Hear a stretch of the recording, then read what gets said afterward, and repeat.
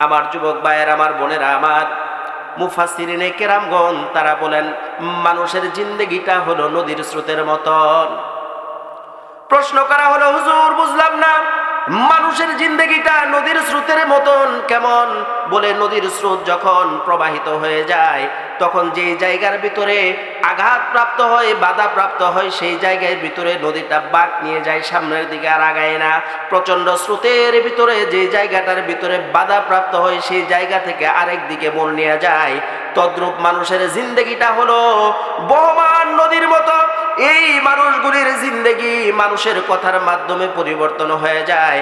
মানুষের জিন্দেগি চলতে চলতে চলতে চলতে এমন জায়গার মধ্যে চলে যায় যেই জায়গার ভিতরে যাওয়ার পরে মানুষের কিছু কথার কারণে তার জিন্দেগির ভিতরে আমূল পরিবর্তন হয়ে যায়।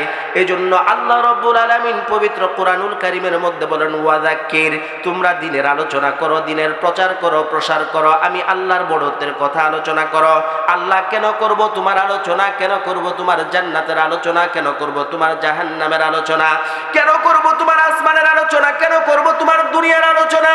কেন করব তোমার শান এবং মানের আলোচনা? গো ইয়া আল্লাহ, আল্লাহ রাব্বুল আলামিন বলেন তানফাউল মুমিনিন, কেননা তোমরা যদি আমি আল্লাহ তাআলার বড়ত্বের আলোচনা করো, এই আলোচনা করার কারণে যারা মুমিন, যারা মুত্তাকি, যারা দিনদার, যারা ঈমানদার, আমি আল্লাহ রাব্বুল আলামিন তাদের হৃদয়ের মধ্যে আমি আল্লাহ রাব্বুল আলামিন রহমত ঢেলে দিয়ে তাদের ভিতরে আমি আল্লাহ উপকৃত করে দিব। জোরে কোন সুবহানাল্লাহ। যারা দিনদার, যারা মুত্তাকি তাদের ফায়দা হবে, যারা দিনদার, যারা আল্লাহওয়ালা তাদের ফায়দা হবে, যারা কোরআন এবং সুন্নাহর কথা আলোচনা করে তাদের ফায়দা হবে। ফায়দা হবে কাদের? যারা আল্লাহওয়ালা, যারা দিনদার, তাদের লাভ হবে, তাদের ফায়দা হবে। তো আমরা সবাই আল্লাহওয়ালা বলে দাবি করতে পারি কিনা, কি বলেন? আমরা নিজেদেরকে আল্লাহওয়ালা বলে দাবি করতে পারি কিনা? প্রত্যেকটা ব্যক্তি আমরা আল্লাহওয়ালা বলে দাবি করতে পারি। তার কারণ আল্লাহর রহমত যদি আমাদের ভিতরে না থাকতো তাহলে এই দুনিয়ার মধ্যে একটা সেকেন্ড আপনি আমি বেঁচে থাকতে পারতাম না, একটা সেকেন্ডও থাকতে পারতাম না। আল্লাহ যদি আমাদেরকে ভুলে যেত, আল্লাহ যদি আমাদেরকে আমাদের উপর থেকে দৃষ্টিকে সরায় নিত, একটা সেকেন্ড এই পৃথিবীর মধ্যে বেঁচে থাকার ক্ষমতা একটা মানুষ রাখে না। আমরা সবাই আল্লাহর আহবাব, আমরা সবাই আল্লাহর মহব্বতে। আমি আল্লাহকে মহব্বত করি আর না করি, আল্লাহ কিন্তু ঠিকই আমাকে মহব্বত। আল্লাহ মহব্বত না করলে চলে এই পৃথিবীতে বেঁচে থাকা সম্ভব আমাদের? দেখেন, আল্লাহ আমাদেরকে ভালো না বাসলে এত নিয়ামত তো দান করতেন না। আমার যুবক ভাইয়েরা, আমার বোনেরা, আমার গভীর মনোযোগ দিয়ে শুনবেন। আল্লাহ রাব্বুল আলামিন বলেন, ওয়ালা লাকা সিন্নুন তাখতা, ও আমার বান্দা, আমার গোলাম, একদিন তোমার জবান ছিল, এই জবানের ভিতরে দাঁতের জন্য মাড়িগুলা ছিল, এই মাড়িগুলার কোনো কার্যক্ষমতা তোমার ছিল না। আল্লাহ বলেন, ওয়ালা লাকা আইনুন তানজুর, তোমার চক্ষু ছিল, চক্ষু দ্বারা দেখার মতো কোনো ক্ষমতা ছিল না। ওয়ালা লাকা উযুনুন তাসমা, তোমার কান ছিল, কান দ্বারা ভালো মন্দ শোনার মতো কোনো ক্ষমতা ছিল না। ওয়ালা লাকা ইয়াদান তাখতিস, তোমার হাত ছিল, হাত দ্বারা ধরার ক্ষমতা ছিল না। ওয়ালা লাকা রিজলান তামশি, পা ছিল, পা দ্বারা চলাফেরা করার কোনো ক্ষমতা ছিল না। ওয়ালা লাকা আকলুন তুমাইয়িজ, তোমার আকল ছিল, তোমার জেহেন ছিল, তোমার জ্ঞান ছিল, জ্ঞান দ্বারা ভালো মন্দ বোঝার কোনো ক্ষমতা ছিল না। ওয়ামা আতাইতুকা লিসানান তামতিকু বিহা, আমি আল্লাহ তোমাকে জবান দিলাম কথা বলার জন্য, জবান দ্বারা তুমি কথা বলো। তোমার মাকে মা বলে ডাকো, তোমার বাবাকে তুমি বাবা বলে ডাকো। একটাবার চিন্তা করে দেখো, তোমার জবানটা যদি আমি আল্লাহ তাআলা বন্ধ করে দিতাম, তুমি মা বলে ডাক দিতে পারতা না, বাবা বলে ডাক দিতে পারতা না। এই দুঃখ যন্ত্রণাটা কতটা গভীর হতো একবার চিন্তা করে দুনিয়ার মধ্যেই বুঝে দেখো। আল্লাহ বলেন, যখন সন্তানগুলি বাবাকে বাবা বলে ডাক দেয়, মাকে মা বলে ডাক দেয়, মা বড় খুশি হয়ে যায়, বাবা বড় খুশি হয়ে যায়, ঠিক কিনা বলেন? ঠিক না? আব্বা বলে ডাক দিছে, হৃদয়টা প্রসারিত হয়ে গেছে। বাবা সারাদিন চোখের মধ্যে, ক্ষেতের মধ্যে কাজকর্ম করে বাড়িতে এসেছে, সন্তানটা আব্বা বলে ডাক দিয়ে কলিজার মধ্যে মিলায় গেছে, বুকের মধ্যে জড়ায় নিছে। বলে বাবা ডাক দেওয়ার সাথে সাথে সারাদিনের অক্লান্ত পরিশ্রমের সমগ্র যন্ত্রণাগুলি বাবার মন থেকে মুছে গেছে। জোরে কোন সুবহানাল্লাহ। ঠিক না? কষ্ট আর কষ্ট নাই, যন্ত্রণা আর যন্ত্রণা নাই। কিন্তু আপনার সন্তানটি যদি বাবা বলে ডাক দিতে না পারতো, এটার যে একটা যন্ত্রণা, দুঃখ, এটা আপনি সমগ্র পৃথিবীর মানুষদেরকে বোঝাতে পারতেন? বোঝানোর ক্ষমতা ছিল না। আমার যুবক ভাইয়েরা, আমার বোনেরা, আমার আল্লাহ রাব্বুল আলামিন বলেন, ওয়া মা আতাইতুকা লিসানান তামতিকু বিহা, আমার বান্দা, আমার গোলাম, আমি আল্লাহ রাব্বুল আলামিন তোকে কথা বলার মতো শক্তি দান করলাম, কিন্তু আমি আল্লাহ রাব্বুল আলামিন এই জবানটার মধ্যে লাগাম লাগায় দিলাম। আল্লাহ, তুমি আবার কি লাগাম লাগায় দিলা? আল্লাহ বলেন, ও আমার বান্দারা, আমার গোলামেরা, তোমরা শুনো, ইয়া আইয়ুহাল্লাযীনা আমানু কুলু কাওলান সাদীদা, দুনিয়ার মধ্যে যতদিন তুমি জবান নিয়ে বেঁচে থাকবা, সত্য কথা বলবা, মিথ্যা কথা বলবা না। ওয়ালা ইয়াগতাব বা'দুকুম বা'দা, তোমরা একে অপরের গীবত করবা না, একে অপরের দুশ্চর্চা করবা না। চায়ের দোকানে বসে বসে আড্ডা দেওয়ার সময় অপরের বাড়ির গীবত করবা না। কার মেয়ের বাড়ি কেমন, কোন ছেলে ভেগে গেছে, কোন ছেলের চাকরি হয় না, কে বেয়াদব, কে আদবওয়ালা না, কে খারাপ, কে ভালো, কে মন্দ, এই সমস্ত জিনিসগুলা দোকানের মধ্যে বসে বসে চর্চা করবা না। আমি আল্লাহ রাব্বুল আলামিন তোমাকে জবান দিলাম, এই জবানের উপরে লাগাম লাগাই দিলাম। খবরদার, এই জবান দ্বারা কখনো তুমি হারাম কোনো জিনিস ভক্ষণ করবা না। জবানটা দিল কে? আল্লাহ। কিন্তু আল্লাহ তাআলা জবান দেওয়ার পরে জবানের মধ্যে লাগাম লাগাই দিছে না, দেয় নাই? কিন্তু আমরা জবানটা পাওয়ার পরে তো মনে করতেছি সর্বনাশ, আমার সামনে আছে কে, যত হাক পাক চিক দিতে পারবো, যত গালি দিতে পারবো, যত জোরে কথা বলতে পারবো, আমার সম্মান, আমার অ্যাবিলিটি সমাজের মধ্যে বাড়বে। আসলেও কি বিষয়টা তাই? জবানটা দিলেন আল্লাহ, আল্লাহ আবার লাগাম লাগাই দিলেন, বান্দা জবান দিছি আমি, কিন্তু এই জবান দিয়ে তুমি অন্যায় গর্হিত কোনো কাজ করবে না। আল্লাহ রাব্বুল আলামিন বলেন, ওয়া মা আতাইতুকা আইনান তানজুরু বিহা, বান্দা আমার, গোলাম আমার, আমি আল্লাহ রাব্বুল আলামিন তোমাকে দুইটা চক্ষু দান করে দিলাম। এই চক্ষু দুইটা বড় নেয়ামত। ও যুবক আমার, ভাইরা আমার, বোনেরা আমার, আল্লাহ রাব্বুল আলামিন বলেন, এই চোখ দুইটা বড় নেয়ামত, এই চক্ষু দুইটা বড় নেয়ামত। এই চক্ষু দুইটা দ্বারা তুমি অন্যায় কিছু দেখবা না, এই চক্ষু দুইটা দ্বারা দেখে তুমি অন্যায় কোনো কাজের প্ররোচনায় পড়বা না। এই চক্ষু দিয়া তুমি বাহিরের ভিতরে অন্যায় অশ্লীলতার কাজে তুমি ধাবমান হবা না। তার কারণ আমি আল্লাহ রাব্বুল আলামিন বড় দয়া করে, বড় মায়া করে তোমাকে আমি আল্লাহ চক্ষু দুইটা দান করেছি। জোরে কোন সুবহানাল্লাহ। এইবার আল্লাহ বলেন, ওয়া মা আতাইতুকা ইয়াদান তাকদিসু বিহা, আমার বান্দা, আমার গোলাম, আমি আল্লাহ রাব্বুল আলামিন তোমাকে দুইটা হাত দান করে দিলাম। এই দুইটা হাত বড় নেয়ামত। দেখবা বাজারের ভিতরে হাত নাই, দেখবা ভিক্ষা করে করে খায়, নিজে প্রস্রাব পায়খানা করার পরে পানি খরচ করতে পারে না, নিজের জামা নিজে হাত দ্বারা গায়ে দিতে পারে না, নিজের সন্তানগুলাকে বুকের মধ্যে হাতটা দুইটা দিয়ে ধরে জোরে চাপ দিয়ে একটু আদর করতে পারে না। তার হৃদয়ের মধ্যে কত ব্যথা, তার হৃদয়ের ভিতরে কত যন্ত্রণা, কত দুঃখ। গভীর রজনীতে বসে বসে কত চিন্তা করে, কত চোখ দ্বারা পানি জোরে, আহারে আমার সন্তানটাকে আমি কুলে নিতে পারি না। এই দুঃখ যন্ত্রণা থেকে মুক্তি দিয়ে আমি আল্লাহ রাব্বুল আলামিন দুইটা ভালো হাতের মালিক বানায় দিলাম। খবরদার, এই হাত দ্বারা তুমি কখনো অন্যায় অত্যাচার করবে না।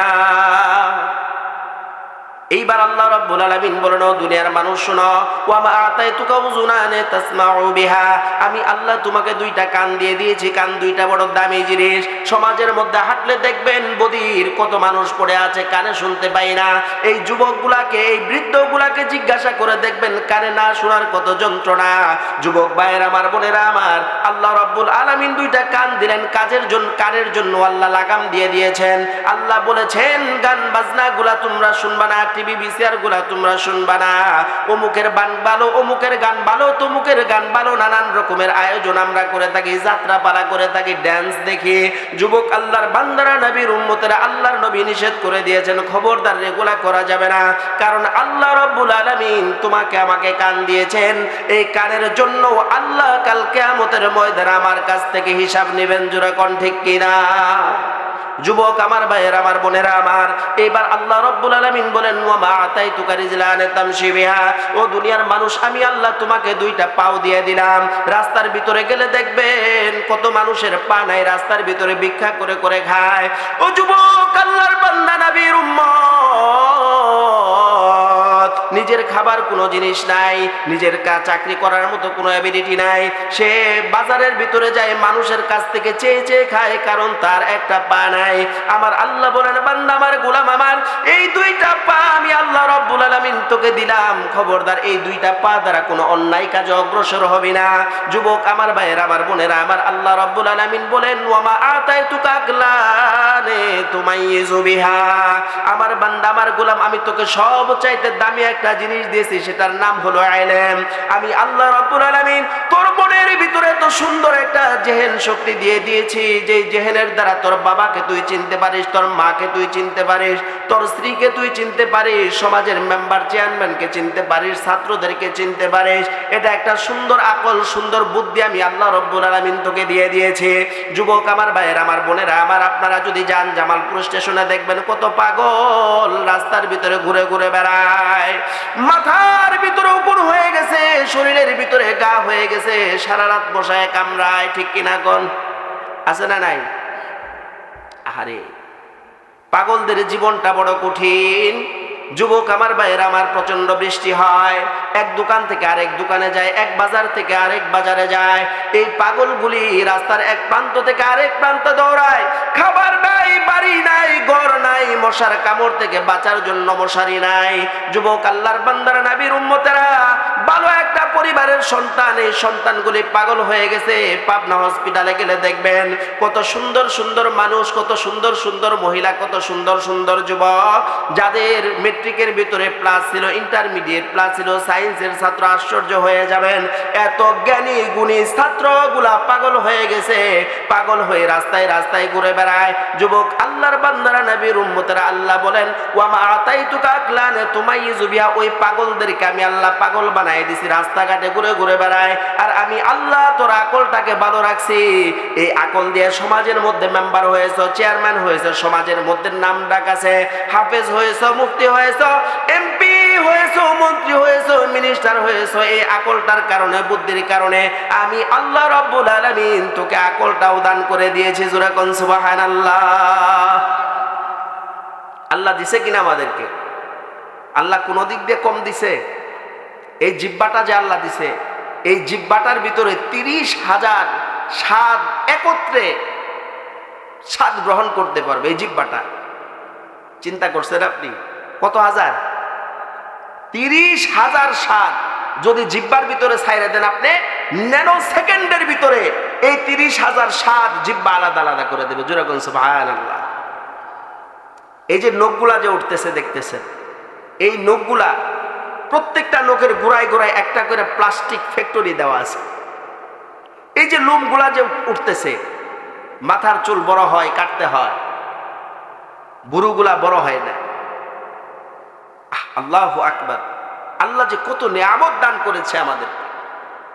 দেখবেন যখন বাঁশ কাটতে যান, বাঁশ কাটছেন, হঠাৎ করে একটা চোখের ভিতরে চলে আসছে, এরকম হয় না? আর অল্প একটু তাইলে চোখটা গেছিল, এরকম হয় কিনা জীবনে? এই যে আপনাকে আর একটু, এই যে একটু আগে যে আপনাকে খবর দিল যে একটা টাচিং আপনি পাইলেন, এই চোখটার আশেপাশের পর্দার মধ্যে আল্লাহ তাআলা এমন একটা নার্ভ সিস্টেম করে দিয়েছে, যে নার্ভ সিস্টেম করে দেওয়ার কারণে আপনি অগ্রিম সতর্কতা অবলম্বন করেন। এটা আপনার আর একটুর কেরামতি না, এটা হচ্ছে আল্লাহ তাআলার চোখের পাশের যে চামড়াটা দিয়ে দিয়েছেন, নার্ভ সিস্টেম করে দিয়েছেন, এটার কেরামতে। যেরকম সুবহানাল্লাহ। বুঝেন বুঝেন আল্লাহ কত নিয়ামত দিয়েছে আপনাকে আমাকে। এটা তো আমাদের বডিতে দিছে। আপনার যে কিডনি আল্লাহ দিছে, কিডনির ভিতরে 90 লক্ষ ছিদ্র। কত লক্ষ? একটু বলেন কত লক্ষ? 90 লক্ষ ছিদ্র আপনার আমার কিডনিতে। আপনার আমার শরীরের মধ্যে হাজারো নার্ভ আল্লাহ তাআলা তৈরি করে দিয়েছে। এত এত নিয়ামত আল্লাহ দিলেন আপনাকে আমাকে এই দুনিয়ার মধ্যে। কেন? হোয়াই? কেন দিলেন আল্লাহ এত নিয়ামত? যুবক আমার ভাইয়ের, আমার বোনেরা আমার, আল্লাহ শুধু আপনাকে আমাকে নিয়ামত দেন নাই। আল্লাহ বলেন ও আমার গোলাম, আমার বান্দা, উনজুর ইলাল আরদি ওয়া ইত্তিসাইহা, এই জমিনটা আমি আল্লাহ রাব্বুল আলামিন তোমার জন্য বানায় দিয়েছি। ইন্নাস সামা ওয়াল বাসারা ওয়াল ফুয়াদা কুল্লু উলাইকা কানা আনহু মাসউলা। এই দুনিয়ার ভিতরে তুমি চলাফেরা করবা, এই দুনিয়ার ভিতরে আম গাছ লাগাবা, জাম গাছ লাগাবা, নানান রকমের ক্ষেত খামার করবা, তোমরা চলাফেরা করবা।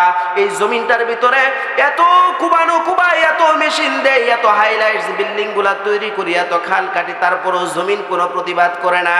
আল্লাহ রাব্বুল আলামিন বলেন এই জমিনটাকে আমি আল্লাহ তোমার অনুগত বানাই দিয়েছি। জোরে কোন সুবহানাল্লাহ। আল্লাহ আল্লাহ রাব্বুল আলামিন আরো বলেন উনজুর ইলাল বাহরি ওয়া আমওয়াজিহা, ওই সমুদ্রটাকে আমি আল্লাহ তাআলা তোমার অনুগত বানিয়ে দিয়েছি। এই সমুদ্রের ভিতরে নদী নালা খাল বিলের ভিতরে তোমার জন্য রিজিকের ব্যবস্থা করে দিয়েছে।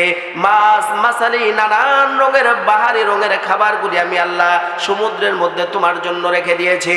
আল্লাহ বলেন উনজুর ইলাল জিবালি ওয়া ইস্তিকরারিহা, ওই যে পাহাড়গুলা দেখো, ওই পাহাড়গুলার দিকে তাকাও, ওই পাহাড়গুলা আমি আল্লাহ রাব্বুল আলামিন তোমার কল্যাণের জন্য তৈরি করে দিয়েছি।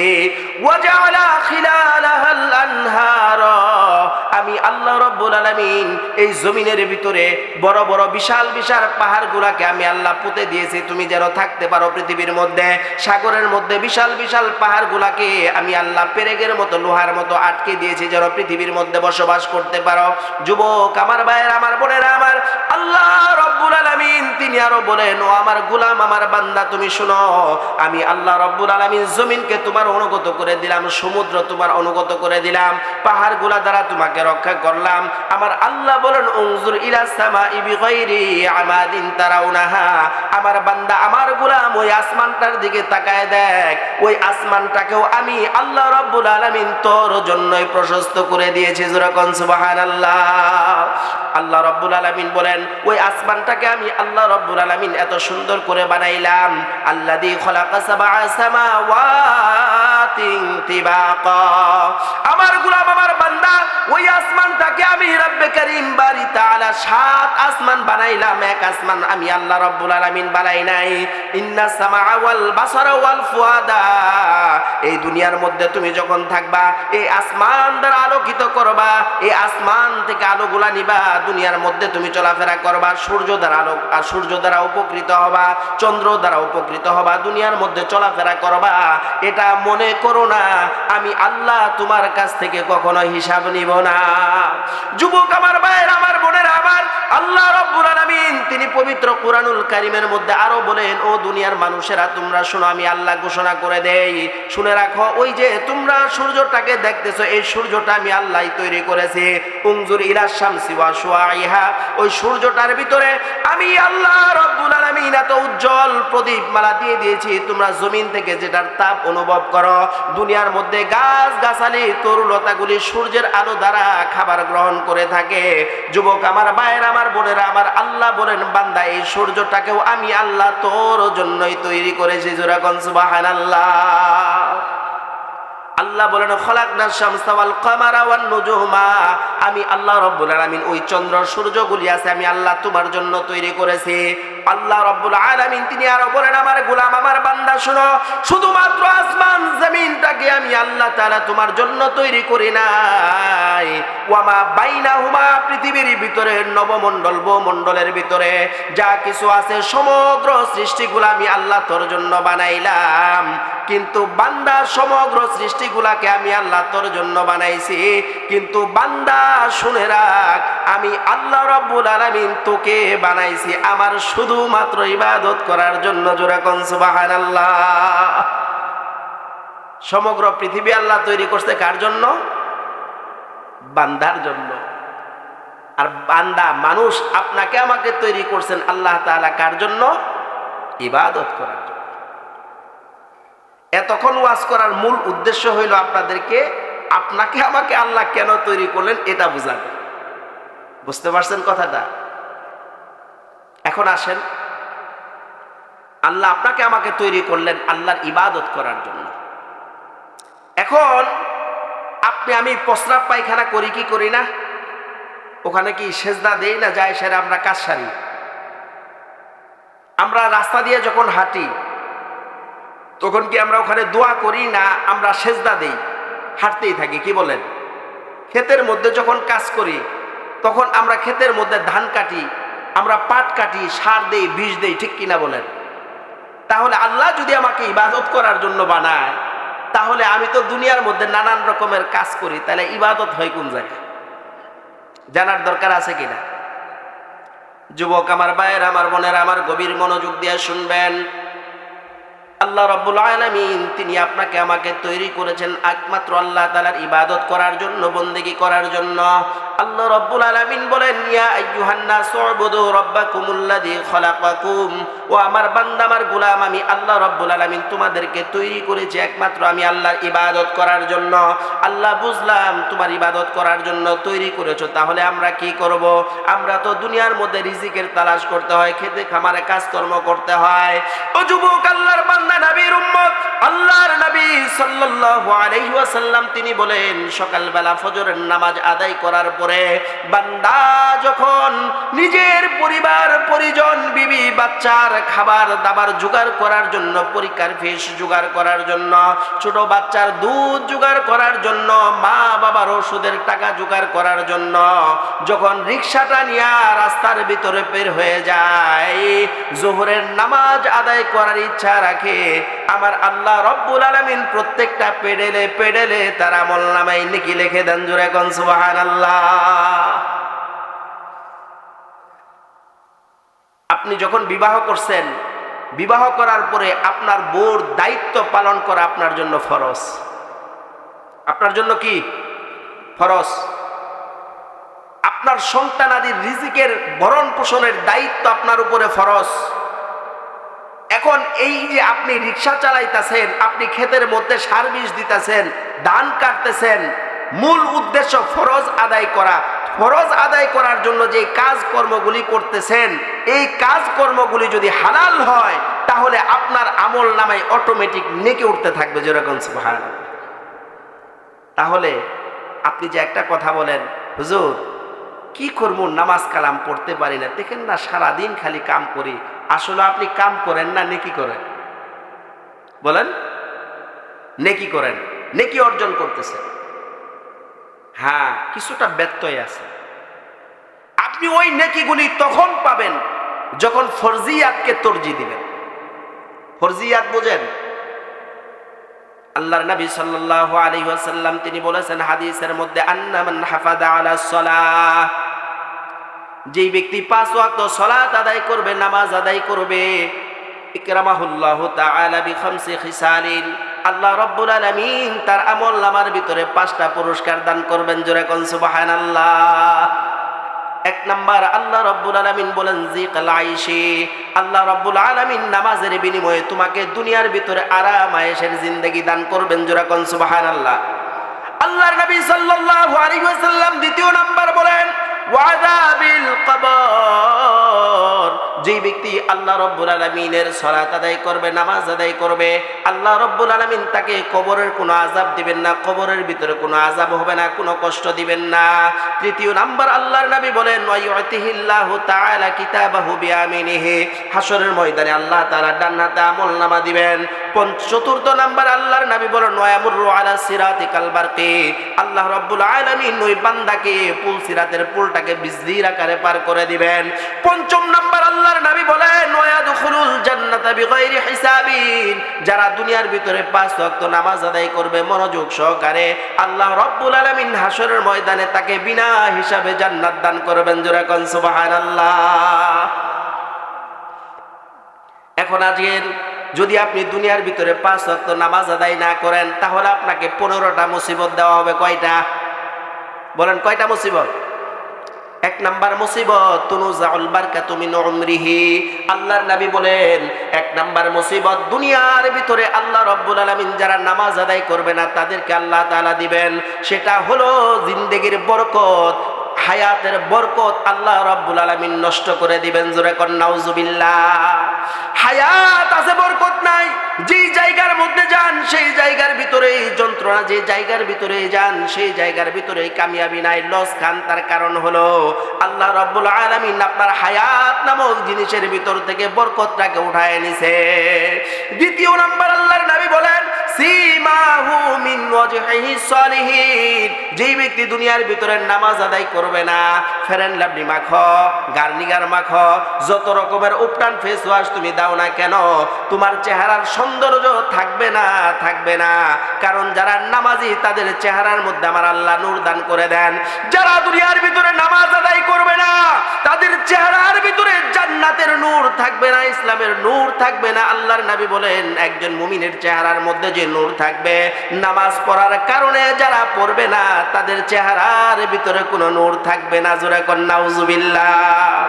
ও যুবক আমার ভাইয়েরা, আমার বোনেরা আমার, আল্লাহর নবী সাল্লাল্লাহু আলাইহি ওয়াসাল্লাম তৃতীয় নাম্বার বলেন, দুনিয়ার ভিতরে একজন ব্যক্তি যাকাত দেয়, হজ করেছে, দান করে, সাদাকা করে, রোজা করে, হজ, যাকাত, ইসলামের সমস্ত আমলগুলি করে, কিন্তু নামাজ আদায় করে না, লা ইয়াজরুহুল্লাহ, আল্লাহ রাব্বুল আলামিন বলেন ওই সমস্ত ইবাদতের কোনো নেকিও তাকে দেওয়া হবে না। জোরে কর নাউজুবিল্লাহ।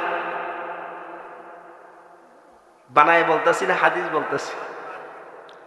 যদি আপনার জিন্দেগিতে নামাজ না থাকে, আপনি দান করবেন, সাদাকা করবেন, সেবা করবেন, সব বিফলে, ওগুলার কোনো নেকি আল্লাহ আপনাকে দিবে না। যদি ওগুলাতে নেকি পাইতে চান, সালাত আদায় করতে হবে। কি আদায় করতে হবে? সালাত। লা সালাত লাহু লা ঈমান লাহু, যেই ব্যক্তির জিন্দেগিতে সালাত নাই তার ঈমান নাই। as-salatul farqul বাইনাল মুমিনিনা ওয়াল কাফির, নামাজ এমন একটি ইবাদত যে ইবাদতটা হলো মুসলমান এবং খ্রিস্টান বেদিনদের মধ্যে পার্থক্যকারী একটা দেওয়াল। এটার নাম হচ্ছে সালাত। এটার নাম কি? সালাত। যুবক আমার ভাইয়েরা, আমার বোনেরা আমার, গভীর মনোযোগ দিয়ে শুনবেন। আমরা আজকে মাহফিল শেষ হয়ে যাওয়ার পরে দোয়া করব, ঠিক কিনা বলেন? এই দোয়ার মধ্যে সমগ্র মুসলিমের জন্য দোয়া করা হবে, কবরবাসীদের জন্য দোয়া করা হবে, অসুস্থ সুস্থ মানুষদের জন্য দোয়া করা হবে। আল্লাহর নবী বলেন যে সমস্ত ব্যক্তিগুলি দুনিয়ার মধ্যে সালাতের ইহতিমাম করবে না, নামাজ আদায় করবে না, আমার আল্লাহ রাব্বুল আলামিন ওই সমস্ত বান্দাদের জন্য এই পৃথিবীর ভিতরে যত জায়গার ভিতরে দোয়া হবে, সমস্ত দোয়ার ভিতর থেকে ওই বান্দাগুলাকে খারিজ করে দেওয়া হবে। জোরে কর নাউজুবিল্লাহ। এই জায়গার ভিতরে দোয়া করব সমস্ত মুসলমানের জন্য, কিন্তু আপনি থাকবেন না। ওই ইজতেমার ভিতরে দোয়া করা হবে, ওর মধ্যে আপনি নাই। কাবা শরীফের মধ্যে দোয়া করা হবে, আরাফাতের ময়দানে, ওই জায়গার মধ্যেও আপনি নাই। কথা বুঝাইতে পারছি আপনাদের? বুঝছেন? সালাত এমন একটা ইবাদত, যে ব্যক্তি সালাত আদায় করে না তার দোয়া আসমানের উপরে যায় না। যার ভিতরে নামাজ নাই তার ভিতরে কোনো ইবাদতই গ্রহণযোগ্যতা আসবে। নামাজি 5 প্রকার। কয় প্রকার? নামাজি কয় প্রকার একটু বলেন? 5 প্রকার। এই পৃথিবীর ভিতরে 5 প্রকার নামাজি আছে যুবক ভাইয়ের, আমার বোনেরা আমার। 1 নাম্বার মুআকাব, এক ধরনের নামাজি যে নামাজের মধ্যে যায়, নামাজের মধ্যে দাঁড়ায়া দাঁড়ায়া দোকানের হিসাব করে। আছে না নাই? নামাজের ভিতরে দাঁড়ায়, নামাজের ভিতরে দাঁড়ানোর পরে অস্বস্তির হয়ে যায়, পাগল হয়ে যায়। নামাজের ভিতরে দাঁড়ানোর পরে খেলার সময় হয়ে গেছে, ইমাম সাহেব যদি একটু লম্বা কেরাত ধরে খুশ করে কাশি দেয়, ইমাম সাহেবকে বোঝায় তাড়াতাড়ি নামাজ শেষ করেন। এরকম আছে না নাই? সভাপতি, সেক্রেটারি, কেশিয়ার সাহেব, নানান ধরনের লোক সমাজের মধ্যে থাকে। যদি পয়সাওয়ালা হয়, ইমাম সাহেব মনে মনে চিন্তা করে খাইছে, 1 মাস পরে যখন বেতন নিতে যাব, তাড়াতাড়ি নামাজ শেষ না করলে বেতন দেওয়ার সময় জারি খাইতে হবে। খায় দেয় কোনো কাম পান না, নামাজটা একটু তাড়াতাড়ি পড়বেন, কেরাতটা একটু শুরু করবেন, আপনার অসুবিধা কোথায়? ইমাম সাহেব চিন্তা করছে, সভাপতি সাহেব যেহেতু কাশ 2টা মাইরে দিছে, আর দেরি করা যায় না, তাড়াতাড়ি নামাজটা শেষ করে দেয়। এই চিন্তা আছে তোরাই যদি ইমাম সাহেব নামাজটাকে খতম করে দেয়, আপনারাই বলেন নামাজ হয়েছে না নামাজ বিফলে? বরবাদ, শেষ। এইরকম ধরনের নামাজি যারা সমাজের ভিতরে আছে, এই সমস্ত নামাজিদেরকে বলা হয় মুআকাব। এই সমস্ত নামাজি যারা আছে, এই সমস্ত নামাজি নামাজ পড়বে, সিজদা দিতে দিতে কপালের ভিতরে দাগ ফেলবে, তারপরেও এই নামাজ দ্বারা তারা কোনো উপকৃত হবে না। 2 নাম্বার নামাজি আল্লাহর নবী সাল্লাল্লাহু আলাইহি সাল্লাম তিনি বলেছেন মুহাসাব। এই পৃথিবীর ভিতরে এক ধরনের নামাজি আছে, যে সমস্ত নামাজিরা নামাজের পিছনে দাঁড়ায় দাঁড়ায় শুধুমাত্র দোকানদারের হিসাব করে, ব্যবসা বাণিজ্যের হিসাব করে, মেয়ের বাড়িতে যেতে হবে, জামাই আসবে, কি বাজার করলাম কি করলাম না, নাতি আসছে বিস্কিট 1 প্যাকেট কিনছে আর 2 প্যাকেট কেনা হয় নাই, এইরকম চিন্তা চেতনা নিয়ে নামাজ আদায় করে। এই সমস্ত নামাজিদেরকে বলা হয় মুহাসাব। এই সমস্ত নামাজি যারা হবে, এই সমস্ত নামাজিরাও নামাজ দ্বারা কোনো ফায়দা অর্জন করতে পারবে না। মেয়ের বাড়িতে চলে যায়, নানার বাড়িতে চলে যায়, বাজারের ভিতরে চলে যায়, টিভির ভিতরে চলে যায়, মনটাকে বারবার ঘুরায় ঘুরায় নামাজের মধ্যে নিয়ে আসে। আহারে, যদি নামাজ না হয় আমি তো জান্নাতে যেতে পারবো না, জাহান্নামে চলে যেতে হবে। ইবলিস বারবার ধোঁকা দেয়, ইবলিস বারবার ধোঁকা দেয়, বারবার ধোঁকা দেয়। আর ওই মুসলমানটা চিন্তা করে, আমি আল্লাহর সামনে দাঁড়ানো, জান্নাত আমার সামনে, জান্নাত আমার সামনে, আল্লাহ আমার সামনে, নবীর কাছে জবাব দিতে হবে।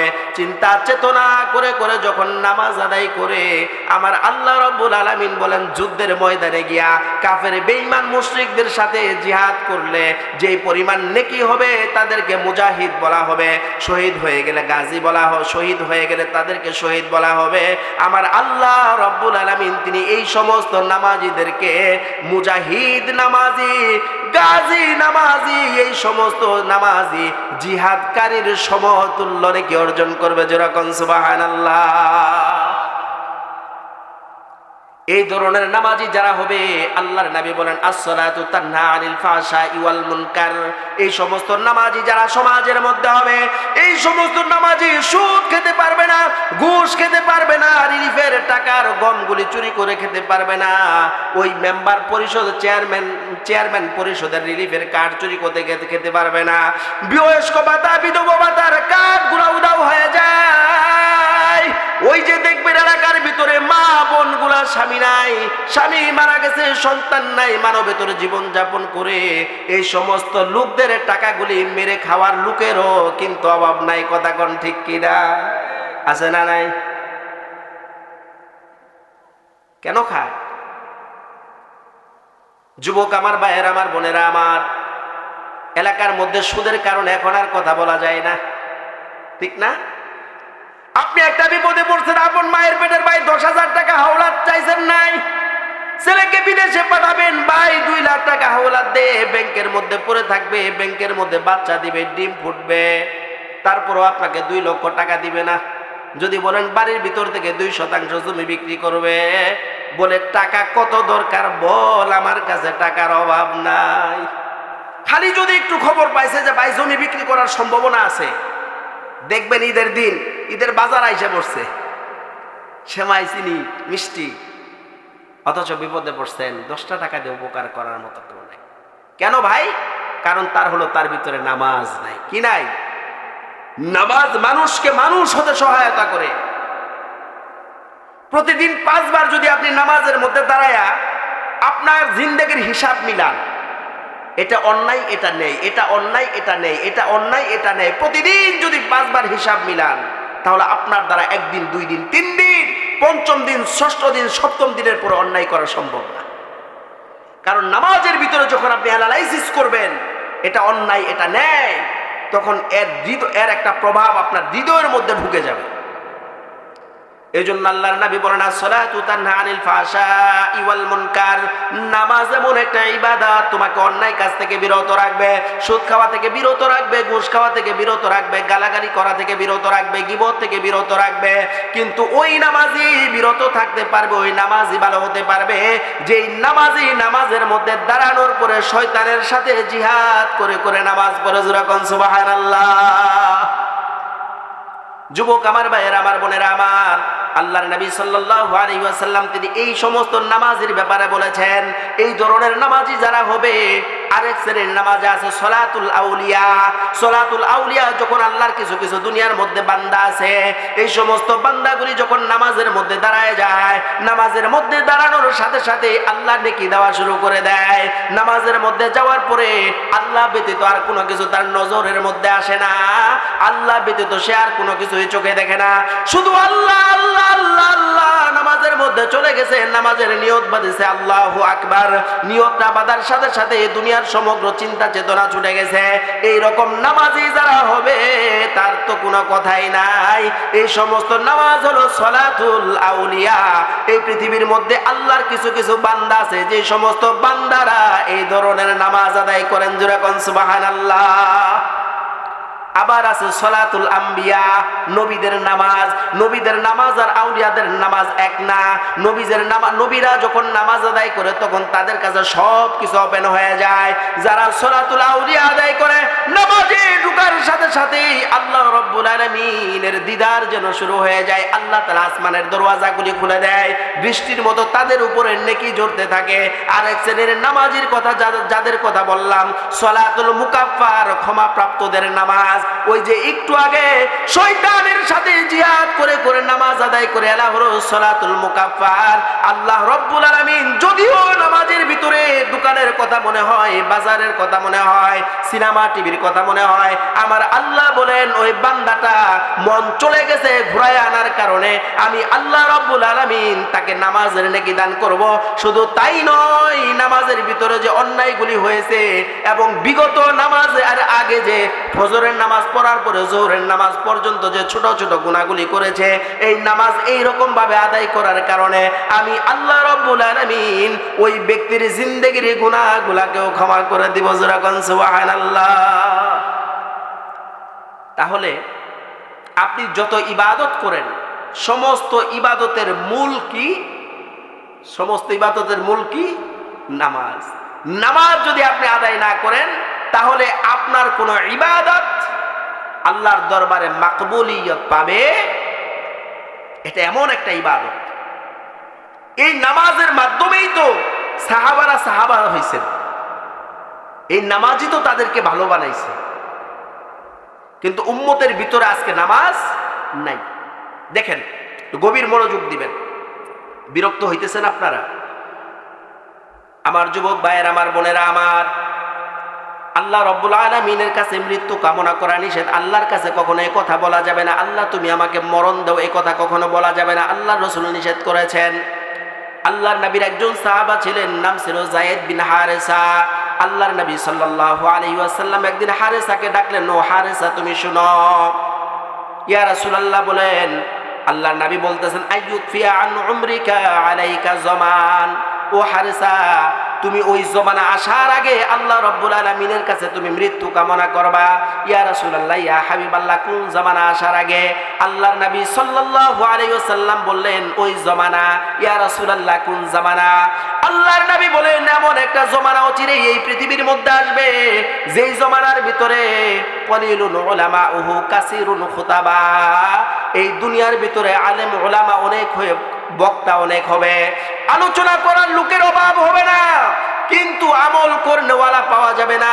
দুনিয়ার ভিতরে বক্তা পাওয়া যাবে অনেক, কিন্তু আমল করার লোক পাওয়া যাবে না। বক্তা অনেক হবে, কোরআন হাদিস আপনাকে বোঝানোর ক্যাপাবিলিটি সবার থাকবে। দেখবেন দোকানের মধ্যে যায় যদি বসেন আর যদি বলেন, ভাই আমার তো ক্ষেতের মধ্যে বিষ দিতে পারি নাই, দেখবেন একজন যে জিন্দেগিতে কোনোদিন লেখাপড়া করে নাই 10টা বিষের নাম বলবে, ঠিক না?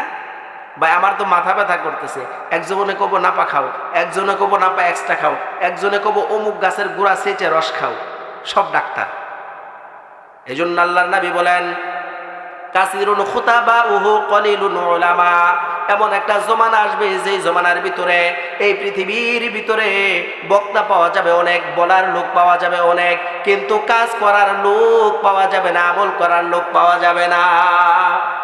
আমার ভাইরা, আমার বোনেরা, আজকে সমাজের ভিতরে দেখবেন কত আলেম উলামা আছে, কত লম্বা লম্বা কথা বলে, মাসআলা বলে, মানুষকে বোঝায় ভাই মা বাবাকে বাদ দিতে হবে। বাড়িতে খবর নিয়ে দেখবেন সে নিজেই মা বাবার খবর নেয় না। যদি বলে সুদ খাবা না, ঘুষ খাবা না, খবর নিয়ে দেখবেন সে সুদ ঘুষের ব্যবসার মধ্যে জড়িত। এরকম আছে না? নাই? আছে না? বহুত আছে। এজন্য আল্লাহর নবী বলেন, কাসিরুন খুতাবাউহু কলিলুন উলামা।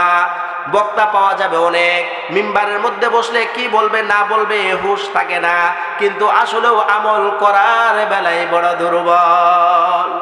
এইবার আল্লাহর নবী সাল্লাল্লাহু আলাইহি ওয়াসাল্লাম বলেন, কাসিরুন সুওয়ালুহু কলিলুম মাউতুহু, সমাজের ভিতরে দেখবা জামেলা বাজানোর লোক অনেক পাওয়া যাবে, বায়ে বায়ে দ্বন্দ্ব লাগাই দিবে, চাচা ভাতিজার মধ্যে দ্বন্দ্ব লাগাই দিবে, বাবা পুত্রের মধ্যে দ্বন্দ্ব লাগাই দিবে, স্বামী স্ত্রীর মধ্যে দ্বন্দ্ব লাগাই দিবে, কিন্তু সমাধান করার লোক পাওয়া যাবে না। আসছে কিনা এই দিন? দেখবেন চাচা ভাতিজার মধ্যে দ্বন্দ্ব লাগাই দেয়, মাঝখান থেকে 10 দিন বসে বসে চা খায়। আর চাচা ভাতিজাও চিন্তা করে সর্বনাশ, এর চাইতে আপন লোক কি আবার কেউ আছে? এ পাশ থেকে খাই 2 কাপ, ওই পাশ থেকে খাই 3 কাপ, এই পাশ থেকে খাই গোল্ডি, এই পাশ থেকে খাই বেনসন। চাচা আর ভাতিজা সম্পর্ক রাখার পরিবর্তে মারামারি কাটাকাটি ফাটাফাটি, মাঝখান থেকে লাভবান হয় 3য় এক শ্রেণীর লোক, যাদের উদ্দেশ্য হলো এরা যেন কোনোদিন মিলতে না পারে। ঠিক না কথা? সেই দিন শুরু হয়েছে কিনা? ভাইয়ের সঙ্গে ভাই ঝগড়া করতে করতে 2 লাখ 3 লাখ টাকা খরচ করে ফেলছে মামলা মোকদ্দমার মধ্যে, সালিশির মধ্যে। ভাইয়ের বিরুদ্ধে ভাই, আপনাকে বলি, বিচার সালিশ বসায় 10,000 50,000 টাকা কন্ট্রাক্ট করে। আছে না নাই? আছে না? নিজের রক্ত 50,000 টাকা 10,000 টাকা দিতে পারে না, কিন্তু নিজের রক্তের সঙ্গে বড়াই করার জন্য, আঘাত করার জন্য, ক্ষতি করার জন্য 3য় পক্ষকে 50,000 টাকা দিয়ে ভাড়া করে। কথা কি ভুল বলছি না ঠিক বলছি? এগুলোই তো চলতেছে। এই জন্য আল্লাহর নবী সাল্লাল্লাহু আলাইহি ওয়াসাল্লাম বলেন, কাসিরুন সুওয়ালুহু কলিলুম মাউতুহু। এমন একটা জমানা চলে আসবে এই দুনিয়ার মধ্যে, মানুষ সমাধান দেওয়ার চেষ্টা করবে না, সমাধান দেওয়ার লোক কমে যাবে, শুধুমাত্র ঝগড়া বিবাদগুলোকে বাড়ায় দেওয়ার লোকের কোনো অভাব হবে না। এইবার আল্লাহর নবী সাল্লাল্লাহু আলাইহি ওয়াসাল্লাম বলেন, কুবিলাতির রশা, দুনিয়ার মধ্যে সুদ ঘুষ ব্যাপক বৃদ্ধি পাবে। টাকা পয়সা দিয়ে করদান হাসানা, মানুষদেরকে সহযোগিতা করার কোনো মন মানসিকতা থাকবে না। 2,000 টাকা দরকার 5 দিনের জন্য, পাশের বাড়িতে যাবেন, সে টাকা আছে, বলবে আমার কাছে টাকা নাই, তুমি চাইলে আরেক জায়গা থেকে আইনে দিতে পারি, কিন্তু প্রত্যেক মাসে মাসে শতকরা 5 টাকা সুদ দিতে হবে। নিজের ভাইয়ের কাছে গেছেন, বাইরে আমার তো সন্তানটা পরীক্ষা দিবে, আমি তো স্কুলে ভর্তি করবো, আমার কাছে টাকা নাই, 5,000 টাকা লাগে, আমার 5,000 টাকা আওলাদ দে। ভাই বলবে, ভাই আমার কাছে তো টাকা নাই, আমার বন্ধুর কাছে আছে, ও তো 7 টাকা মাসে সুদে লাগায়, আমি যদি বলি 5 টাকা মাসে দিবে, আপনি যদি বলেন আমি 5,000 টাকার ব্যবস্থা করে দিতে পারি, কিন্তু খবরদার সুদের টাকাটা কিন্তু তাড়াতাড়ি দিয়ে দিবেন, নাইলে কিন্তু আমার ইজ্জত থাকবে না। ঠিক না? যুবক আমার ভাইয়েরা, আমার বোনেরা আমার, এই জন্য আল্লাহর নবী বলেন, কবিলাতির রশা, দুনিয়ার মধ্যে সুদ ঘুষ ব্যাপক হারে বৃদ্ধি পেয়ে যাবে। সুদ ঘুষ এমন ভাবে বৃদ্ধি পাবে যে রকম বৃষ্টি পড়তে থাকে, সমাজের ভিতরে দেখবেন ছোট থেকে ছোট, বড় থেকে বড়, ধনী থেকে ধনী, গরিব থেকে গরিব, এমন কোন মানুষ নাই। শতকরা 98% মানুষ সুদের সাথে সম্পৃক্ত। কথা কোন ঠিক কিনা? যুবক আমার ভাইয়েরা, আমার বোনেরা আমার, এইবার আল্লাহর নবী সাল্লাল্লাহু আলাইহি ওয়াসাল্লামকে জিজ্ঞাসা করা হলো, ইয়া রাসূলুল্লাহ, ইয়া হাবিবাল্লাহ, এইরকম কখন সংগঠিত হবে? আল্লাহর নবী বললেন, ইদা উমিতাতিস সালাহ, এই সমস্ত অন্যায়গুলি, অত্যাচারগুলি, জুলুমগুলি সমাজের মধ্যে তখনই প্রকাশ পাবে যখন সমাজের ভিতরে নামাজ থাকবে না, আমার উম্মতের ভিতরে নামাজ মরে যাবে। জোরে কোন নাউজুবিল্লাহ। তাহলে সমাজের ভিতরে সমস্ত অন্যায়ের মূল নামাজ না থাকা। কি না থাকা বলেন? নামাজ না থাকা। আমি আলোচনা আর বেশি লম্বা করব না, আর সর্বোচ্চ 15 থেকে 20 মিনিট আলোচনা করব। এখন আসেন, এই যে আপনি নামাজটা যে পড়বেন, নামাজটা সুন্দর হওয়ার দরকার আছে না নাই? সুন্দর হওয়ার দরকার আছে না? এই জায়গার মধ্যে যে আপনি বসছেন, এই জায়গার মধ্যে যেন শান্তিতে বসতে পারেন, শীতের যেন কষ্ট না হয়, এই জন্য ডান পাশে বাম পাশে বেড়া দেওয়া হয়েছে, উপরে সামিয়ানা দেওয়া হয়েছে, আপনার আসার জন্য কিন্তু সুন্দর লাইটও দেওয়া হয়েছে। নাকি বলেন? অর্থাৎ বসার একটা পরিবেশ দরকার আছে না নাই? যুবক আমার ভাইয়েরা, আমার বোনেরা আমার, 2 রাকাত নামাজের মধ্যে মাসআলা আছে না নাই? নামাজের ভিতরে ওয়াজিব কয়টা যদি জিজ্ঞাসা করি, শতকরা 90 জন লোক সঠিকভাবে বলতে পারবে না। নামাজের ভিতরে কয় ফরজ, বাইরে কয় ফরজ বলতে পারবে না। যদি বলা হয় যে নামাজের ভিতরে সুন্নত কয়টা, সুন্নতে মুআক্কাদা কয়টা বলতে পারবে না। যুবক আল্লাহর বান্দারা, নবীর উম্মতেরা নামাজের ভিতরে কিভাবে দাঁড়াবেন সেটাও বলতে পারে না। নামাজের ভিতরে কিভাবে সিজদা দিবেন সেটাও জানি না। নামাজের ভিতরে কিভাবে রুকু দিবেন সেটাও জানি না। যুবক আল্লাহর বান্দারা, নবীর উম্মতেরা, এটা তো হলো নিয়মের কথা। যদি সূরাতুল ফাতিহা ধরা হয় তাহলে তো কোনো কথাই নাই, পায়খানা প্রস্রাব গরম। ঠিক কিনা বলেন? যুবক আমার ভাইয়েরা, আমার বোনেরা আমার, আল্লাহর নবী সাল্লাল্লাহু আলাইহি ওয়াসাল্লাম তিনি হাদিসের মধ্যে বলেন, তলাবুল ইলমি ফারিদাতুন আলা কুল্লি মুসলিমিন। আপনি যখন বিবাহ করতে যাবেন, বিবাহ করার সময় যে জ্ঞান দরকার, আপনার জ্ঞানটা অর্জন করা ফরজ। বিবাহ করার পরে নতুন বউর সাথে আপনি কিভাবে মেলামেশা করবেন, কোন সময় কোন দোয়াটা পাঠ করবেন, এটা জানা আপনার জন্য ফরজ করে দেওয়া হয়েছে। আপনি যখন হজ করার জন্য যাবেন, হজ করতে যাওয়ার আগে হজের নীতিমালাগুলি শিক্ষা করা আপনার জন্য ফরজ।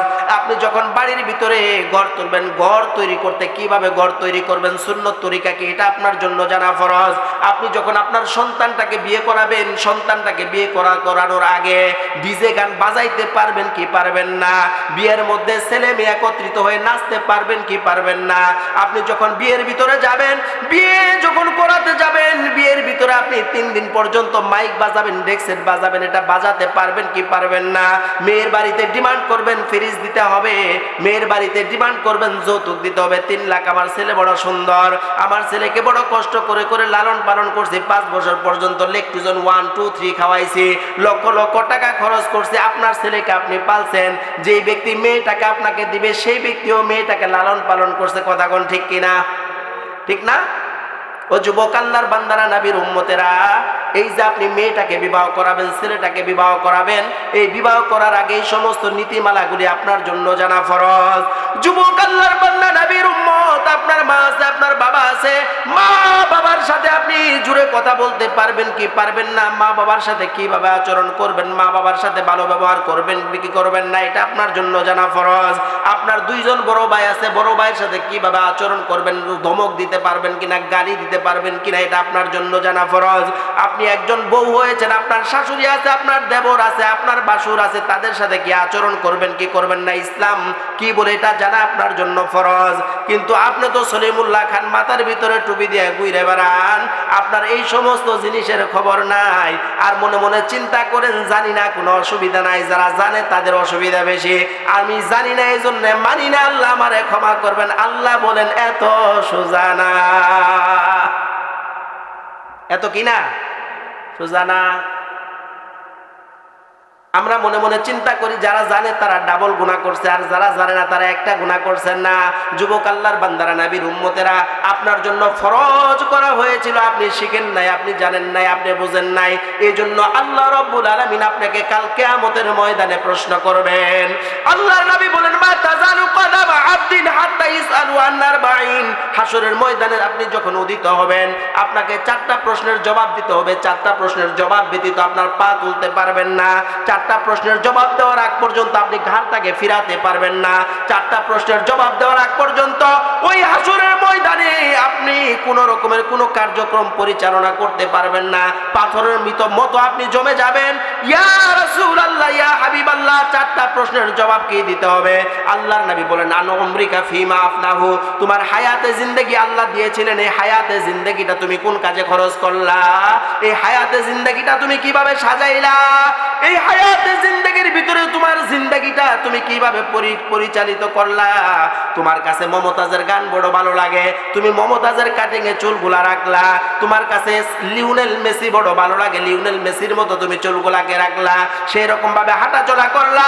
তোমার গায়ের ভিতরে আল্লাহর রাসূলের পাঞ্জাবি শোভা পায় না। যখন খেলা শুরু হয়ে যায়, ব্রাজিলের পতাকার সম্বলিত গেঞ্জি তুমি গায়ে দিয়ে হাঁটো, নিজেকে প্রমাণ করো তুমি ব্রাজিল সমর্থক, তুমি আর্জেন্টিনার সমর্থক, সৌদি আরবের সমর্থক, তুমি চাইনার সমর্থক, এইরকম প্রকাশ তুমি করলা, চুলের মধ্যে নানান রঙের ডিজাইন করলা, যেই দেশের যেই শিল্পীটা তোমার পছন্দ তার ডিজাইনে তুমি কাটিং করলা, একটাবার মনে করলা না তোমার নবী হলো মুহাম্মদুর রাসূলুল্লাহ, যেই নবীর তরিকা মতো তোমার চুলটা কাটার দরকার ছিল, যেই নবীর তরিকা মতো তোমার পোশাক পরার চিন্তা ছিল, দরকার ছিল, সেগুলাকে বর্জন করে দিয়ে তোমার বিজাতীয় প্রথাকে তুমি অবলম্বন করলা।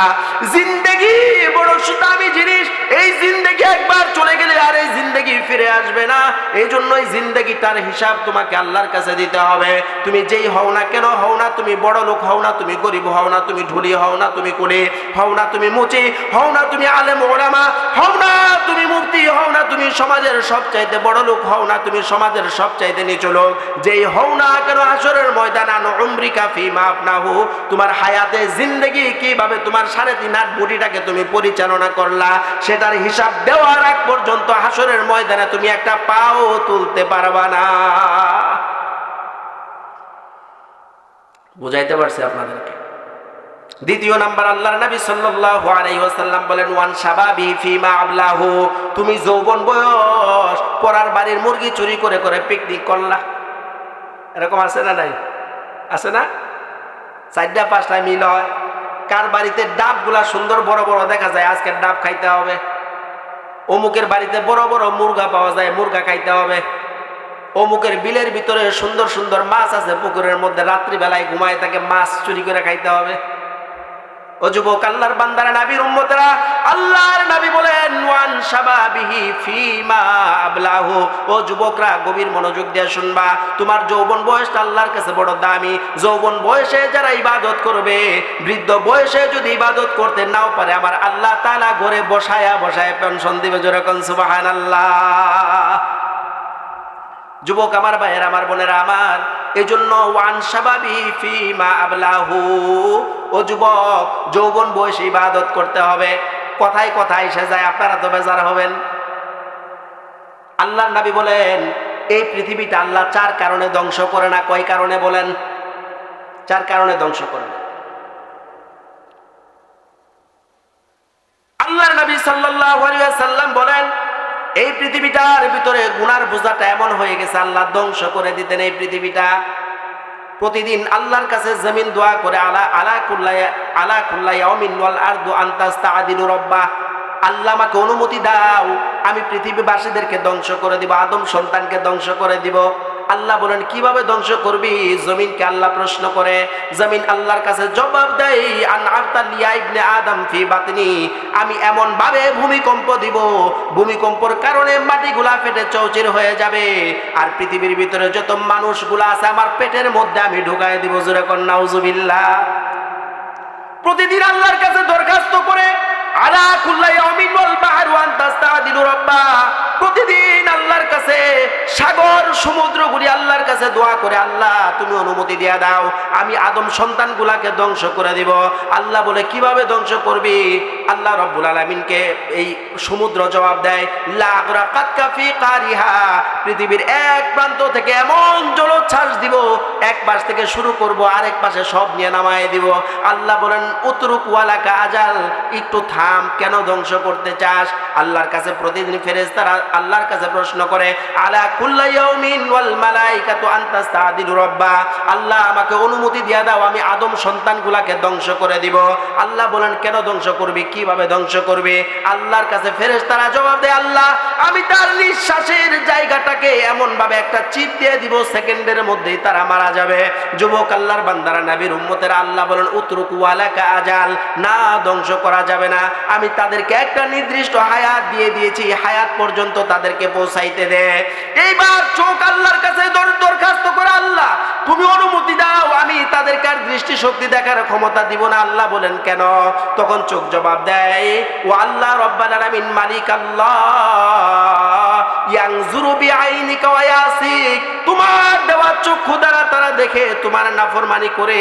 ইয়াকুল রিজকাকা ওয়া ইয়াসিক, তোমার দেওয়া রিজিক খায় আবার তোমার নাফরমানি করে। ইয়াখতিশু বিআইদিকা ওয়া ইয়াসিক, তোমার দেওয়া হাত দ্বারা দুনিয়ার মধ্যে দেখে ধরে চলাফেরা করে তোমার নাফরমানি করে। ইয়াজরিজ বিরিজলিকা ওয়া ইয়াসিক, তোমার দেওয়া পা দ্বারা চলাফেরা করে তোমার নাফরমানি করে। আল্লাহ অনুমতি দাও ধ্বংস করে দিব, আল্লাহ অনুমতি দাও ধ্বংস করে দিব। আল্লাহ রব্বুল আলামিন বলেন উতরুক ওয়ালাকা আজাল, না একটু থামো, একটু থামো। আল্লাহ রব্বুল আলামিন বলেন আমি আল্লাহ রব্বুল আলামিন চারটা কারণে এই পৃথিবীবাসীদেরকে ধ্বংস করি না। এইবার এক নাম্বার কারণ, আল্লাহর নবী সাল্লাল্লাহু আলাইহি ওয়াসাল্লাম বলেন আল মাশাইখা রুকা, এক নাম্বার হলো আল্লাহ ওয়ালা আলেম, যারা শুধুমাত্র ওয়াজ করতে অভ্যস্ত না, আল্লাহর হুকুম মানে আল্লাহকে ভয় করে, আল্লাহর নামাজ আদায় করে, তাহাজ্জুদ করে, কোরআন তিলাওয়াত করে, এরকম আল্লাহ ওয়ালা আলেম যারা আছে, এই আলেমদের কারণে আল্লাহ রাব্বুল আলামিন পৃথিবীটাকে ধ্বংস করে না। জোরে কোন সুবহানাল্লাহ। আল্লাহ ওয়ালা আলেম, যে আলেমগুলি আল্লাহকে ভয় করে, পরার বাড়ি শুধু দাওয়াত খাওয়ার জন্য আলেম হয় না, পরার বাড়ি শুধু খাওয়ার জন্য কি হয় না, আলেম হয় না, আল্লাহকে ভয় করে দায়িত্বশীল এইরকম আলেম যারা আছে, আল্লাহ বলেন এই আলেমগুলির কারণে এই পৃথিবীটাকে আমি ধ্বংস করি না। যুবক আমার ভাইয়ের, আমার বোনের, আমার দ্বিতীয় নাম্বার আল্লাহর নবী বলেন ওয়াশাবাবা খুশা, এই পৃথিবীর ভিতরে এমন যুবক আছে যে যুবকটা আল্লাহকে ভয় করে নিজের যৌবনের হেফাজত করে, এরকম আছে না নাই?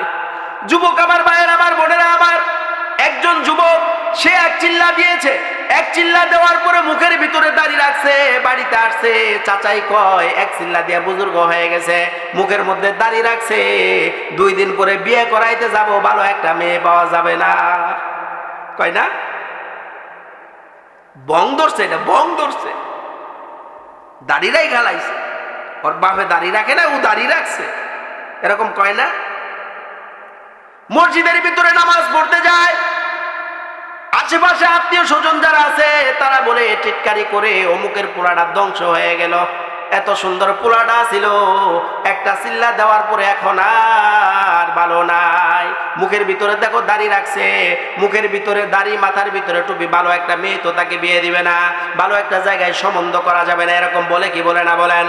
যুবক আল্লাহর বান্দা নবীর উম্মত, ওই সমস্ত যুবকগুলি মানুষের টিটকারির মধ্যে পড়ে না, আল্লাহ রাব্বুল আলামিনকে ভয় করে, আল্লাহ রাব্বুল আলামিনকে ভালোবাসে, আল্লাহ রাব্বুল আলামিনকে মহব্বত করে, আল্লাহর নবীকে ভালোবাসে, এরকম ভালোবেসে বেশে ওয়াশাবাবা খুশা আল্লাহর নৈকট্য অর্জন করতে পেরেছে।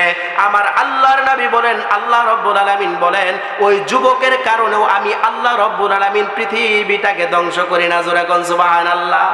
এরপরে আল্লাহর নবী সাল্লাল্লাহু আলাইহি ওয়াসাল্লাম বলেন ও দুনিয়ার মানুষ শুনো, এই সমাজের ভিতরে ছোট ছোট বাচ্চারা বসবাস করে, এই ছোট ছোট বাচ্চাগুলি হলো মাসুম, এই ছোট ছোট বাচ্চাগুলি যারা পৃথিবীর মধ্যে বসবাস করে, এই পৃথিবীর ভিতরে ছোট ছোট বাচ্চাগুলির কারণে আমি আল্লাহ পৃথিবীটাকে ধ্বংস করে দেই না।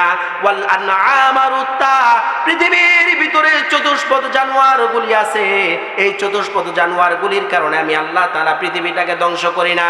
এই জন্য যুবক আমার ভাইয়েরা, আমার বোনেরা আমার, আপনার বাড়ির পাশে ছোট ছোট বাচ্চাগুলি আছে, বাচ্চাগুলাকে মহব্বত করবেন, বাচ্চাগুলিকে আদর করবেন, একটা চকলেট কিনে দিবেন, মাথার ভিতরে হাত বুলাইয়ে দিবেন, উৎসাহ দিবেন। মাদ্রাসার ভিতরে ছোট ছোট বাচ্চাগুলি লেখাপড়া করে সারাদিন তিলাওয়াত করে নুরানির মধ্যে আলিফ বা তাসা পড়ে, এই সমস্ত বাচ্চাগুলির পিছনে শয়তানগুলি বড় মেহনত করে, এই সমস্ত বাচ্চাগুলি একটু দুষ্ট প্রকৃতির হয়। খবরদার খবরদার, কখনো বাচ্চাগুলির গায়ে হাত তুলবেন না, কখনো বাচ্চাগুলিকে গালি দিবেন না, কখনো বাচ্চাগুলাকে তিরস্কার করবেন না।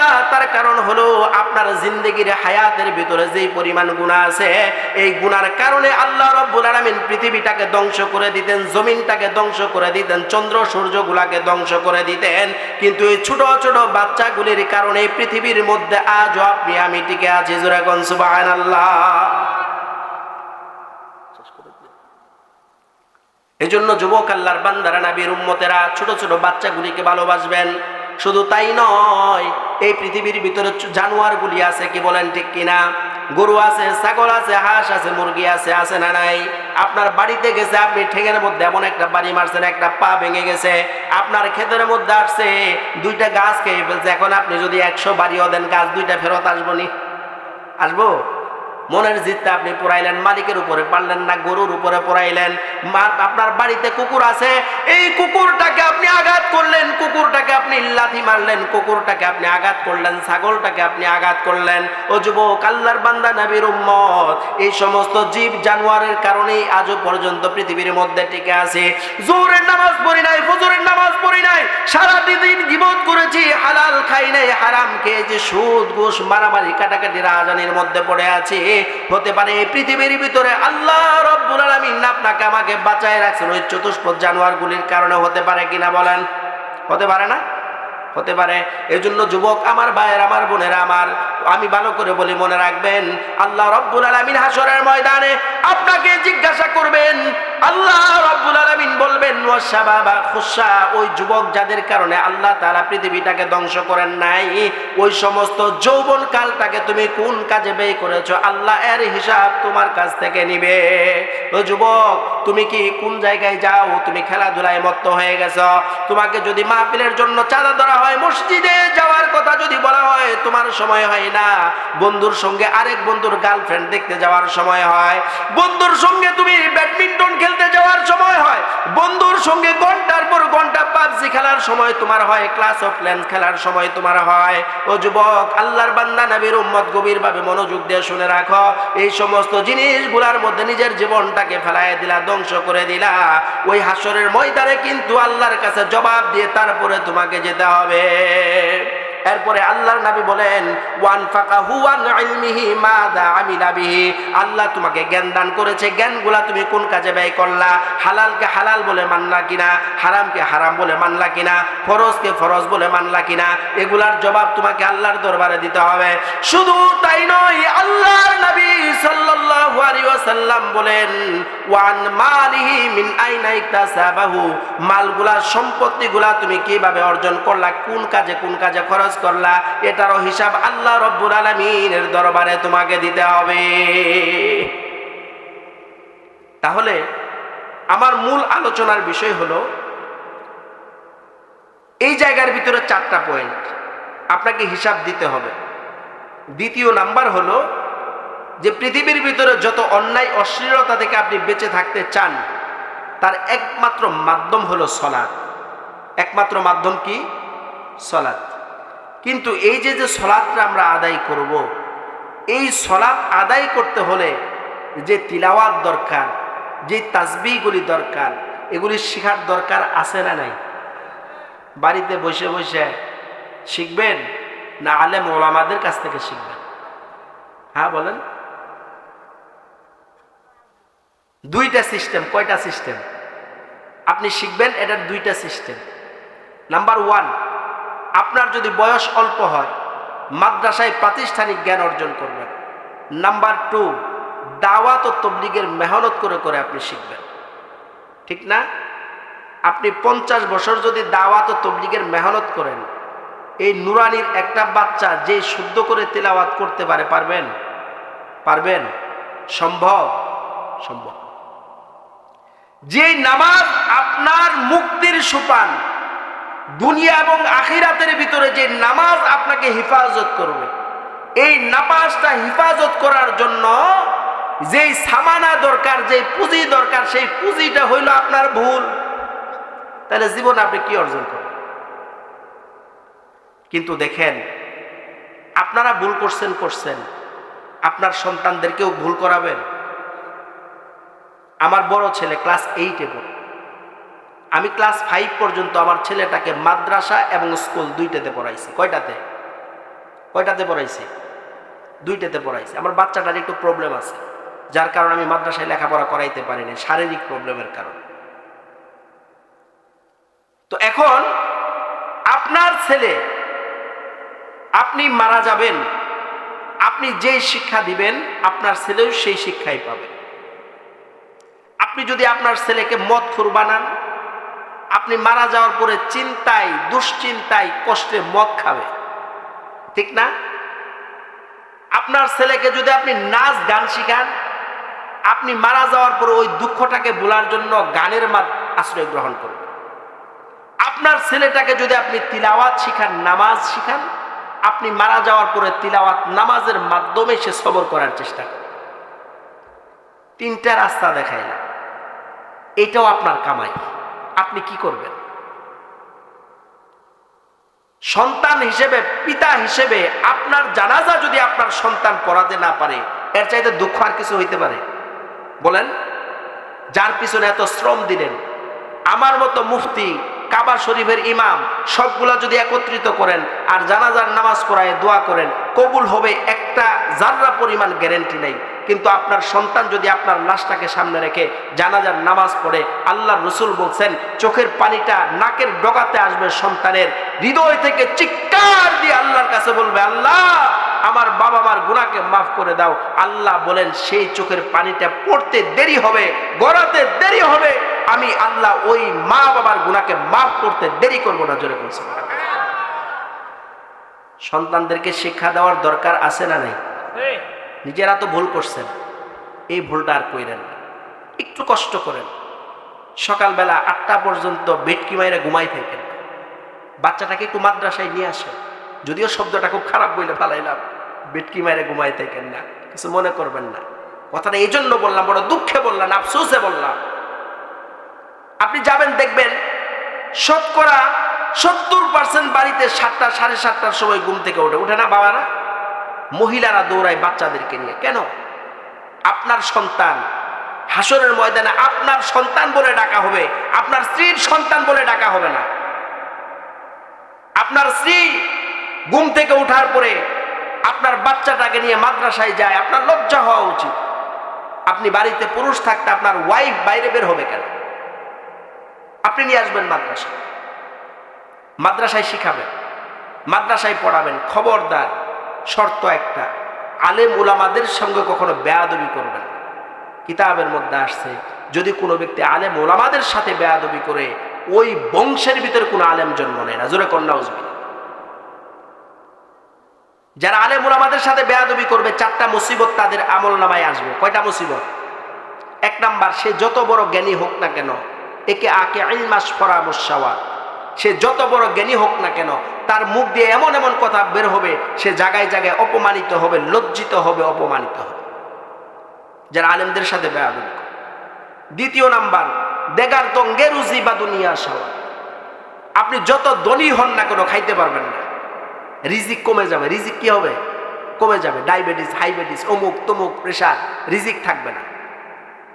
3 নাম্বার, যৌবন থাকবে না। কি থাকবে না? দেখতে নাদুস নুদুস দেখা যাবে, বাঘের মতো দেখা যাবে, কিন্তু যখন যৌবনের কথা আসবে, যৌন শক্তির কথা আসবে, তখন সেটা লেস হয়ে যাবে, থাকবে না। আলেম উলামাদের সাথে যারা বেয়াদবি করবে, যারা আলেম উলামাদেরকে অপমানিত করে, তাদেরকে প্রতিদিন তাদের বউরা ঘরের ভিতরে দরজা বন্ধ করে করে অপমান করে। 4 নাম্বার, বেঈমান রওয়াদ আজ-জাহা, এই পৃথিবী থেকে যখন বিদায় নেবে তখন বেঈমান হয়ে মৃত্যুবরণ করবে। যেরকম নাউজুবিল্লাহ। এই জন্য আলেম উলামাদেরকে ভালোবাসবে। যদি আপনার মনে হয় এই আলেমের সাথে আপনার চলা পসিবল হয় না, তাকে অ্যাভয়েড করার, সমালোচনা করার দরকার নেই। যদি পারেন সামনাসামনি 2 কথা বলেন, হুজুর আপনার ভিতরে এই ভুলটা আমি দেখছি, এটা সুন্নাহ। এটা কি? সুন্নাহ। হুজুর আপনার ভিতরে লোভ বেশি, এটা আমি দেখছি, আমি মহব্বত করে আপনাকে সতর্ক করলাম। সামনাসামনি 2 কথা বলবেন, মানুষ যেন না আসে। পারতেছেন না, অ্যাভয়েড করেন। তার সমালোচনা করা, দোষ ত্রুটি করার কোনো প্রয়োজন নেই। তার বিচার করবে আল্লাহ। তার বিচার করবে কে? আল্লাহ। তো এবার আসেন, মূল কথা হলো যে আলেম উলামা তুলাবা রহমত এবং বরকত, যেই জায়গার ভিতরে কোরআন তেলাওয়াত হয়, ওই জায়গার ভিতরে অনবরত আল্লাহর রহমত বর্ষিত হয়। সেই জায়গার ভিতরে খেতে ফলে ফসলের ভিতরে বরকত নাজিল হয়। চিন্তা করছেন আপনি? সুবহানাল্লাহ। হাদিসের মধ্যে আসছে, আল্লাহর নবী বলেন যে কিয়ামতের এই পৃথিবীর মধ্যে মিসকান তাফুহু রূহুহু কুল্লু মাকানিন, যেই রকম এই জায়গার মধ্যে যদি একটা আগরবাতি জ্বালাই দেই, সাথে সাথে এই জায়গাটা গন্ধে বিমোহিত হয়ে যাবে না? যেই জায়গার ভিতরে তিলাওয়াত করা হয়, ওই জায়গার ভিতরে আল্লাহ রাব্বুল আলামিন অনবরত রহমতের বৃষ্টি বর্ষণ করতে থাকে। সূরা সুবহানাল্লাহ। এর বরকত কি এলাকার মধ্যে আপনারা পাবেন না? অবশ্যই পাবেন। এই জন্য মাদ্রাসা টিকে রাখার দরকার আছে না নাই? আছে। নিজে পারেন নাই, নিজের নাতিকে পড়ান, নিজের সন্তানকে পড়ান, দিলের মধ্যে আফসোস নিয়ে আসেন, আলেমুল আমাদের সাথে সম্পর্ক রাখেন, সহযোগিতার হাত বাড়াই দেন। পারবেন না ইনশাআল্লাহ? পারবেন ইনশাআল্লাহ? আপনারা চেষ্টা করবেন তো ইনশাআল্লাহ? আল্লাহ তাআলা আমাদের সবাইকে কবুল করুক, সকলে বলি আমিন। মাদ্রাসার যখন যেই প্রয়োজনে হাফেজ সাহেব, মুহতামিম সাহেব বললে সাড়া দিবেন। নিজের জন্য এটা কিসের জন্য? নিজের জন্য। আজকে আপনার পরিবারকে আপনি হাজারও যদি দেন, পরিবারের অভাব পূরণ শেষ করতে পারছেন? বলেন, শেষ করতে পারছেন? এই যে দিতেছেন তারপরেও প্রয়োজন কিন্তু শেষ হয় নাই। আরো দিবেন, হাজার হাজার দিবেন, লক্ষ লক্ষ দিবেন, তারপরেও প্রয়োজন শেষ হবে না। তাদের প্রয়োজন বাড়তেই থাকবে, যত দিবেন তত লাগবে। তো সেখান থেকে একটু সেভ করে প্রত্যেক মাসে মাসে কিছু অর্থ নিজের জন্য ডিপোজিট করেন, ফিক্সড করেন, যেটা আপনার হাসরের ময়দানে কাজে আসবে, কবরে কাজে আসবে, হাসরের ময়দানে মিজানের পাল্লাই ভারী। আরেকটা গুরুত্বপূর্ণ ইবাদতের কথা বলি আপনাদের। ভাই ভাই শত্রুতা রাখবেন না, চাচা ভাতিজার শত্রুতা রাখবেন না, স্বামী স্ত্রীর শত্রুতা রাখবেন না, ভুলে যান শত্রুতা। লা ইয়াদখুলুল জান্নাতা ইল্লা কাতিউন। যারা আত্মীয়তার সম্পর্ক ছিন্ন করে তারা কখনো জান্নাতেই যাবে না। এটা করবেন না। বড় ভাই ছোট ভাই বড় ভাইয়ের সাথে বেয়াদবি করবেন না। বৌমা শ্বশুর শাশুড়ি যত অন্যায় করুক সহ্য করেন, ধৈর্য ধরেন, আল্লাহ বরকত দান করবেন। আপনি ছোট ভাই, বড় ভাই আপনাকে ধমক দিছে, চুপ থাকেন। আপনি সন্তান, আপনার বাবা আপনাকে ধমক দিছে, চুপ থাকেন। শাসন করছেন, চুপ থাকেন। এটাই নিয়ম, এটাই ইসলাম। ইসলাম এটাই বলে। আপনি স্ত্রী, আপনার স্বামী আপনাকে ধমক দিছে, আপনি বেয়াদবি করবেন না। আপনি দুই কথা স্বামী মন্দ বলছে, হজম করেন, আল্লাহ বরকত দিবে। কিন্তু স্বামীর সাথে বেয়াদবি করার পারমিশন ইসলাম দেয় নাই। বাবা আপনাকে যতই অন্যায় করুক, যতই জুলুম করুক, বাবাকে অপমান করার পারমিশন ইসলাম দেয় নাই। আপনি বৌমা, শাশুড়ি আপনার সাথে যত অন্যায় করুক, শাশুড়ির সাথে বেয়াদবি করার পারমিশন ইসলাম দেয় নাই। আপনার শ্বশুর যত অন্যায় করুক, শ্বশুরের সাথে বেয়াদবি করার পারমিশন ইসলাম দেয় নাই। এটাই ইসলামিক নীতিমালা, এটাই ইসলামিক রুলস। যদি আপনি ফলো করতে পারেন, মানতে পারেন, এই দুনিয়ার মধ্যেও আল্লাহ আপনাকে সম্মানিত করবেন, আখিরাতেও সম্মানিত করবেন ইনশাআল্লাহ।